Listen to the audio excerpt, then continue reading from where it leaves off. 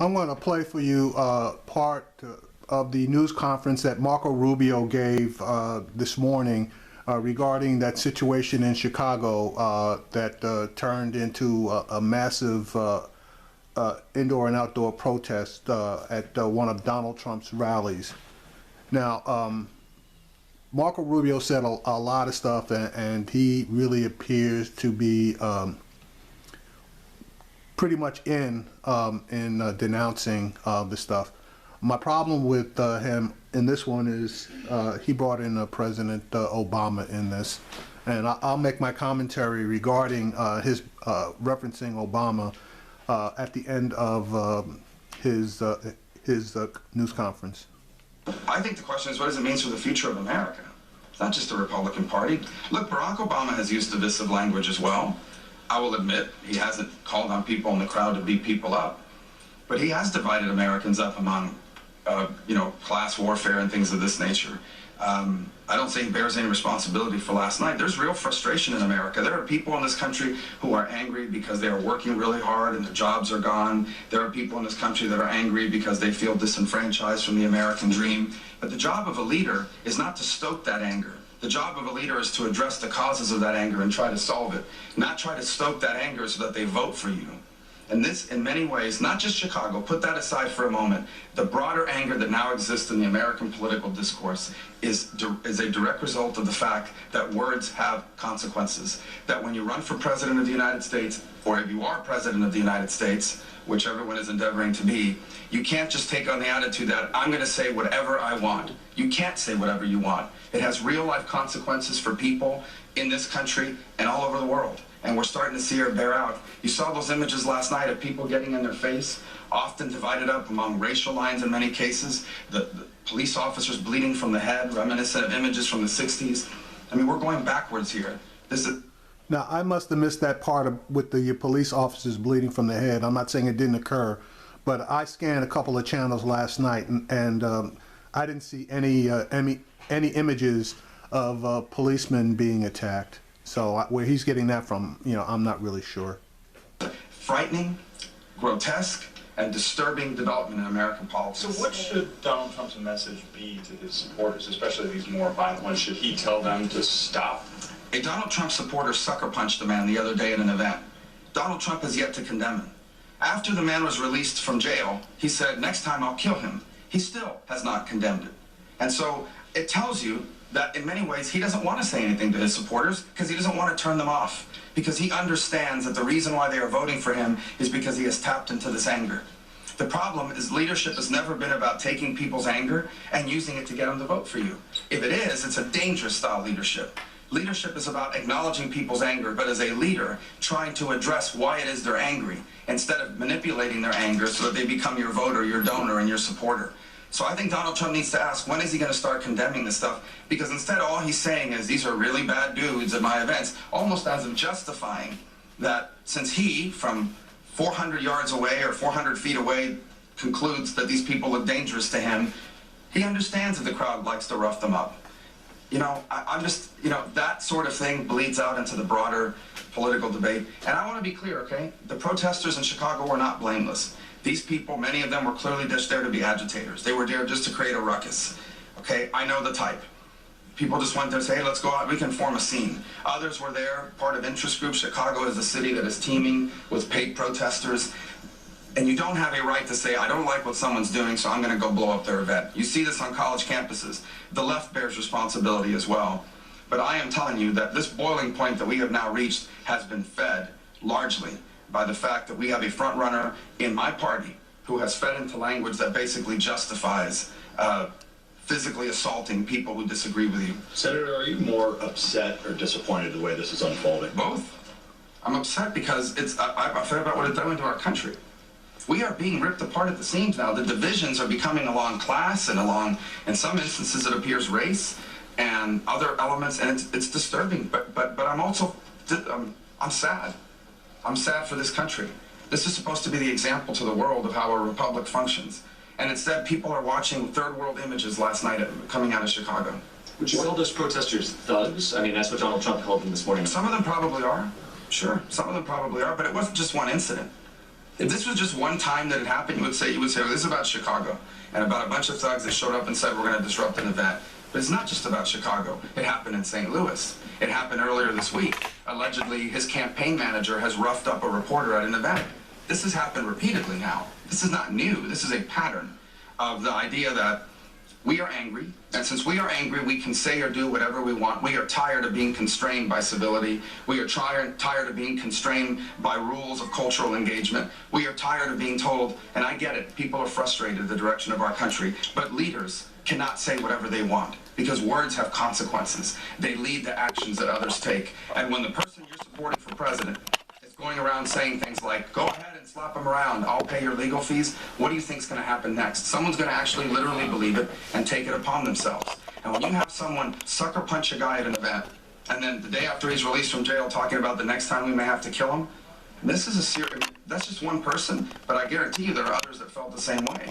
Senator, you point to some of the racial divisions that we're seeing at these protests, and certainly Donald Trump, you've criticized many times comments, for example, that he's made refusing to condemn the KKK or on immigrants. What do you think are the implications of a Trump presidency for race relations in America? I don't know, other than to tell you that beyond that is, I think, I've already told you what I think his candidacy is going to be, and that is it will shred, and I believe Donald Trump as our nominee is going to shatter and fracture the Republican Party and the conservative movement. I think it's already having that function, and I think a Donald Trump presidency, would be more along those lines apparently. But right now I'm focused on, what does this mean to the political discourse, and more importantly to the role of the Republican Party and the conservative movement in this discourse. Senator, two quick things. Will you still support him if he's the nominee? And a lot of what you just described happened before Thursday night. You were asked Thursday night, essentially, about tone, about how he's been comporting himself on the trail.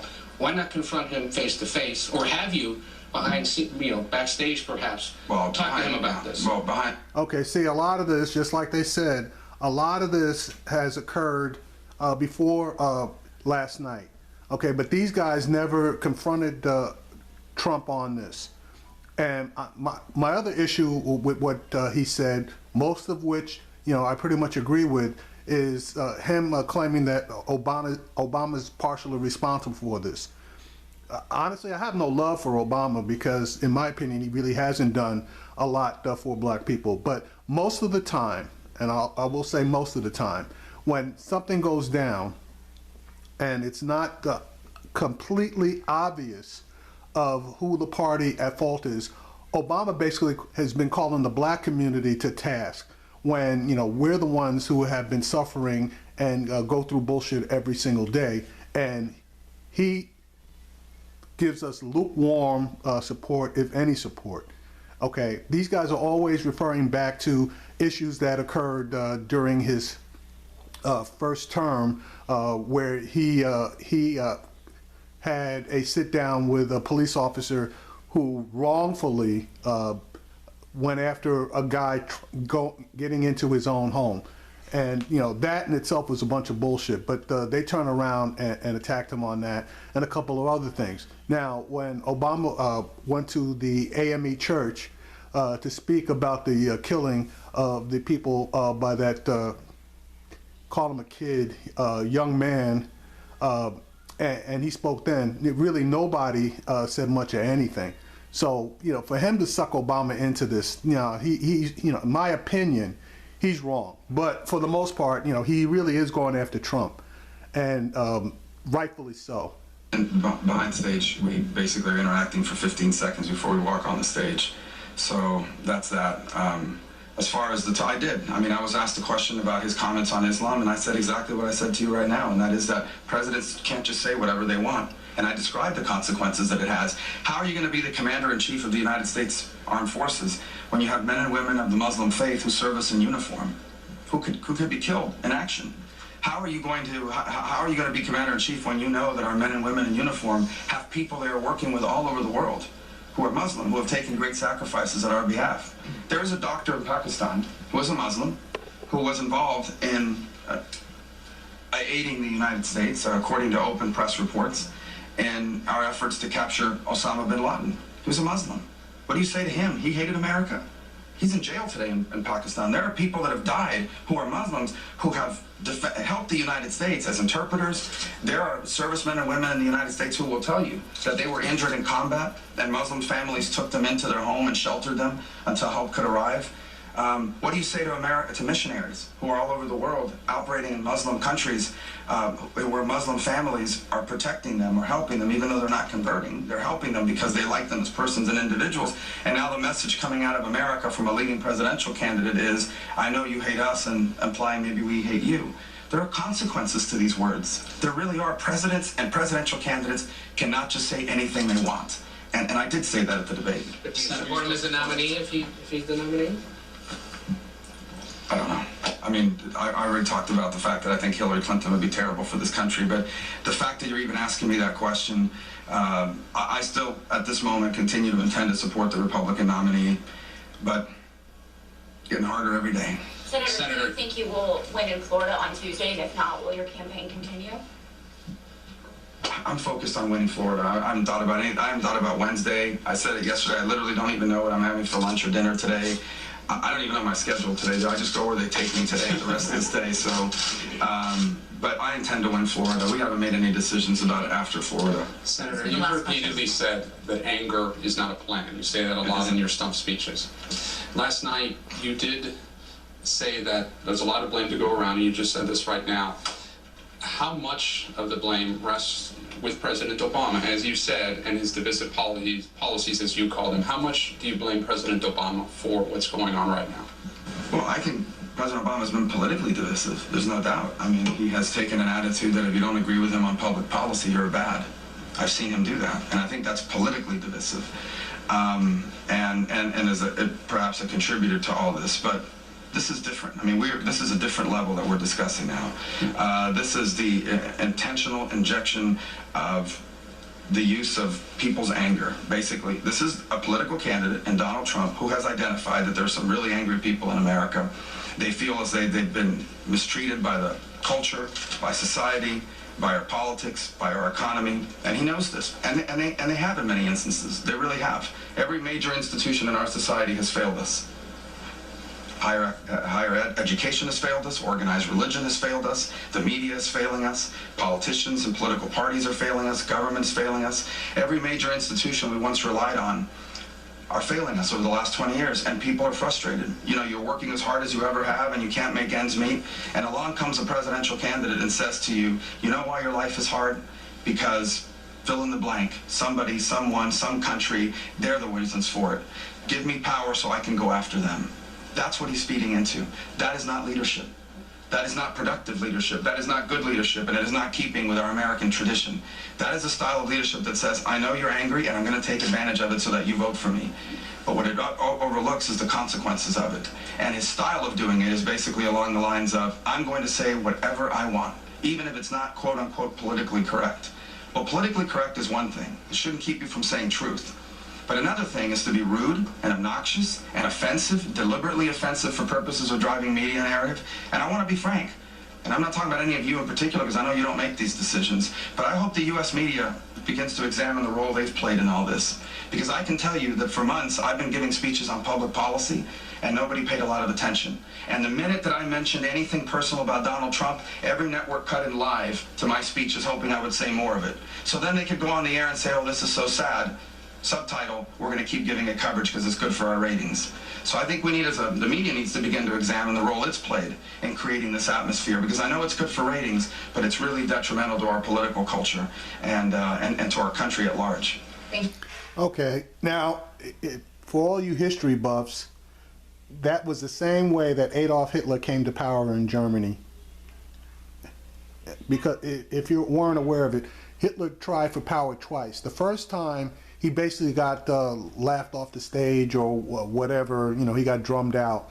But he refined his message, and the second time he came back, given the depressing economic state that was occurring in Germany, he was welcomed with open arms, and his support and the tactics that he took basically brought him to power and obviously led to World War II.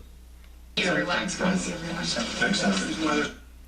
So again, the news conference that Rubio gave, for the most part was pretty good. I take exception with him pulling Obama into this thing and trying to equate him with Donald Trump. He did back off somewhat and refined his comment to Obama being politically divisive.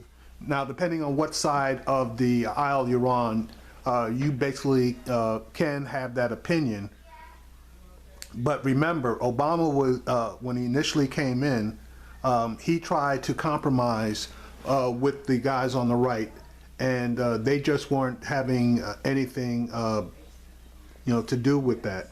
Every time he would, he would back down from the left's position, going more centrist, and as many times as he moved to the right, the Republicans, they would just move the goalposts further right so that there basically was no way for him to really compromise. And you can say what you want, but my opinion, it didn't have anything to do with his political philosophy.